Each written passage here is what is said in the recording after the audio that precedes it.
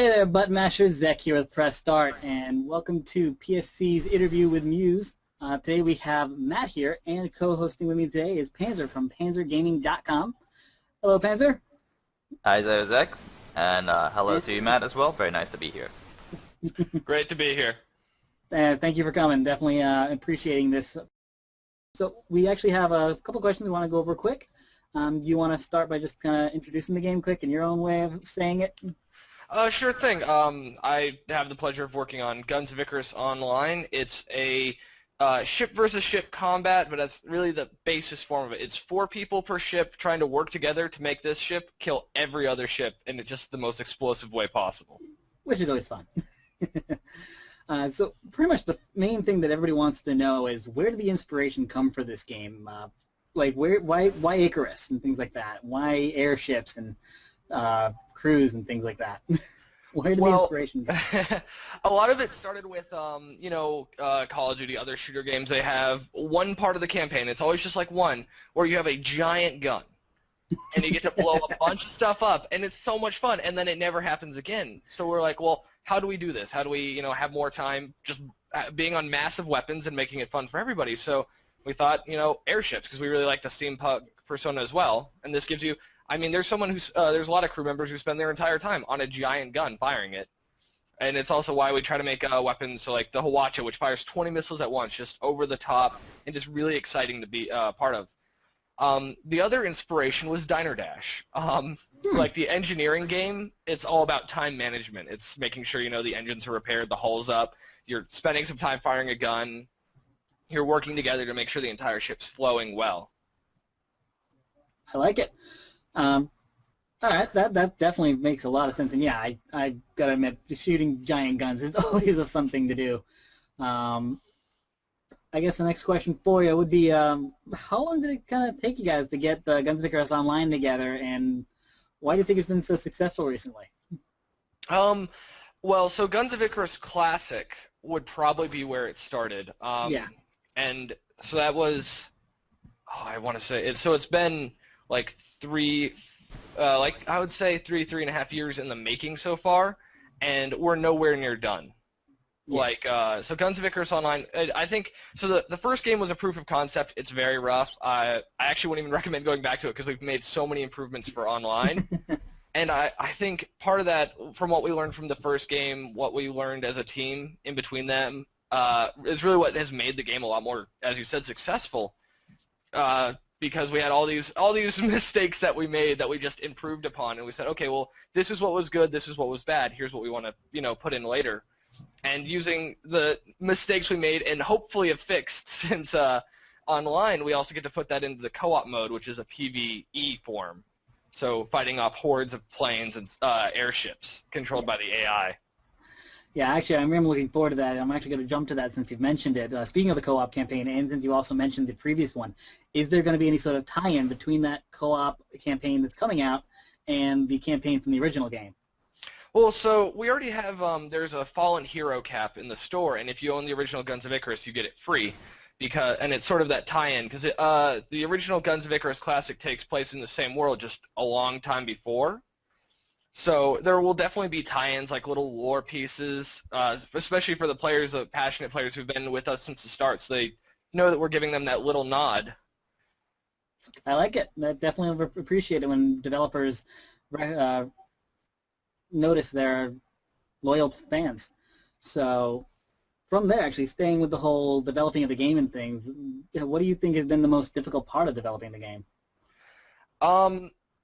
So I can only speak on my side because I'm sure, you get an animator in here will be like, this jump just kept me up all night.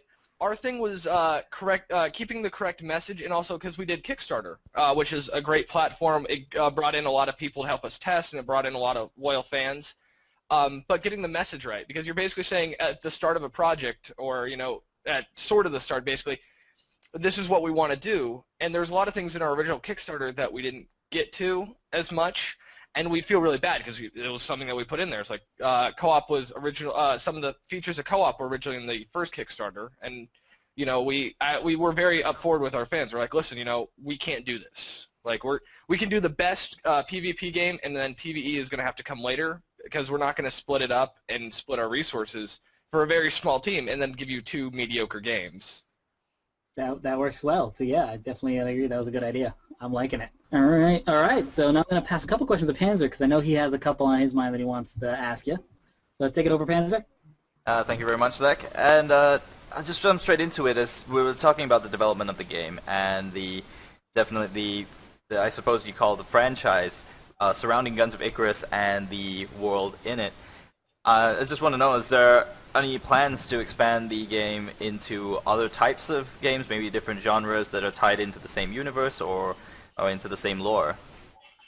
Well, right now, so all our resources are in co-op mode, which is the PvE, and it's going to have a little bit of the faction combat, a little bit more of the world information, because, to be honest, skirmish mode doesn't have almost anything in the world. I mean, so all the ships and costumes and stuff are based off of factions, but there's no real information about them. Then co-op mode is going to have a little bit more. We want to do a lot more faction stuff in there, and then there'll be adventure mode, which will be, you know, which will be the world itself. So basically, I mean, you're working with the leaders of the Yeshin or the Mercantile Guild traders kind of thing, trying to help towns grow. Other than airship combat, though, right now it's what we're going to stick to and just keep expanding on that because it's something that we've been really happy with and felt really successful and gotten a great response with from players. So. Oh, yeah. Yeah, I think that's definitely very true as well when you're looking at the way that the game's become very competitive as well. It's been very easy to pick up, I suppose, for casual players at the same time, and good friendly community as well.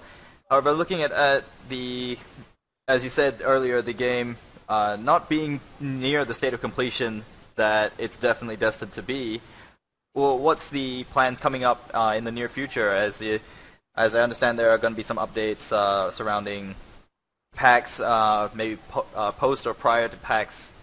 What's coming up with that update in terms of content? It's really big. So if you ask our players, you know, every month we try to put out, you know, a patch, adjust some balance things, fix problems, do all that.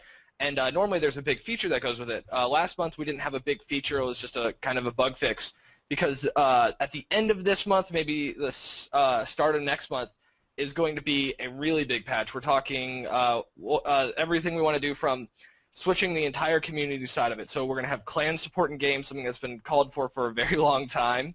And we have very passionate clans already, and all they have in tools is just a clan tag, which is not enough. I mean, they need so we're going to be adding in a lot for them. Events in game. So right now all the events are run in the forum. So there's a lot of players who, you know, don't check out the forum. They play the game, they turn it off. That's the way you play games. Yeah. So we want to do more in-game to kind of show off, look, there's people organizing grand tournaments, you know, 16 teams duking it out, and they want more people. So we're going to help them get to it. We're also testing out matchmaking coming up really soon. This was like, so we've gotten emails where people are like, hey, can you build a mini game into the lobby menu because sometimes the wait is so long. And we thought if we have to build a second game within our game, we've probably done something wrong. And so we like ran the test, pulled up the numbers, and on average you can, like, so if you're a vet and you have a friends list, normally you hop onto a friend. You quickly start a game, there's no problem at all. But if you're a new player and you start a match because, you know, you're just starting out, you click start game, it can take up to 17 minutes, which is not right. I mean, it's something that we're unhappy with, and the matchmaking system's going to hopefully solve that and also keep it a little more balanced as far as, you know, I've played 1,000 games versus I've played 20 games. I like that. And then also ship customization. For the players who were here during our anniversary, we put up banners and cakes on the ship, and that's sort of the example of a theme that changes the entire, a lot of the decorations on the ship, a lot of the ornaments, and that's just going to be one part of the ship customization coming up. There's also going to be like figureheads and a bunch of other little things around the ship to change. Yeah, I think that's something we can all definitely look forward to.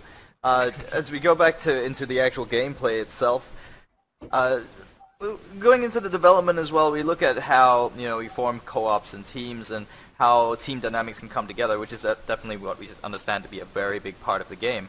But just the whole idea of the number of players, what was the actual driving force between determining how you would come across this crew of 4 per ship, despite the as we've discovered in the past, the ship like the Galleon sometimes could really use with an extra member in some cases. It feels like 4 might not be enough, but then how does did you determine that 4 would be the ideal number in all cases?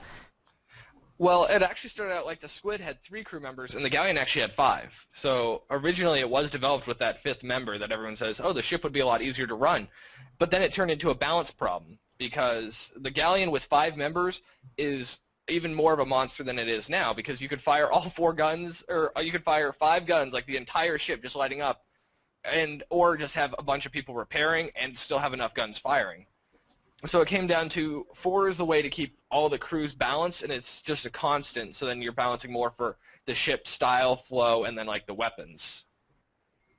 So it would be right to say then, in that case, having the crew members being constant, then the actual ship itself provides the balance in the way that it operates and the actual statistics of that ship.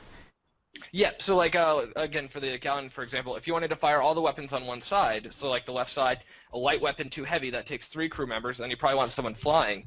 So that means you don't have anyone repairing, so that's a detriment, even though you're putting out more damage than normal. All right, I think that's all the questions I have for now. I'm going to hand it over back to Zeck. Thank you very much for answering these short questions I had. Awesome. Yeah, that was very well done. Those were awesome answers. I'm really looking forward to some of those other game modes you mentioned. That adventure mode sounds really interesting. So that sounds really fascinating. Pretty much just got a couple of final questions that were more designed for the company rather than the game. First one was more of a kind of a joke question, but I said I'd ask it anyway. You guys are called Muse Games. Are there any Muses you actually want to shout out to? No, so for the title or just for what we've been working on? Actually, Muse. You got your name of your company is called Muse Games, and it makes me think of muses, like the inspirational. Oh, well, the 2 that made Guns of Icarus, Diner Dash, and Giant Explosive Guns are definitely the muses for that. As far as other muses, I mean, there's a lot of things that we take from. I mean, the art team is one of my favorite processes to watch, because they'll take clothes from different time periods or from different, just 100 different sources and kind of combining them to get the right flow. I don't think there's any one muse, though. Not a problem.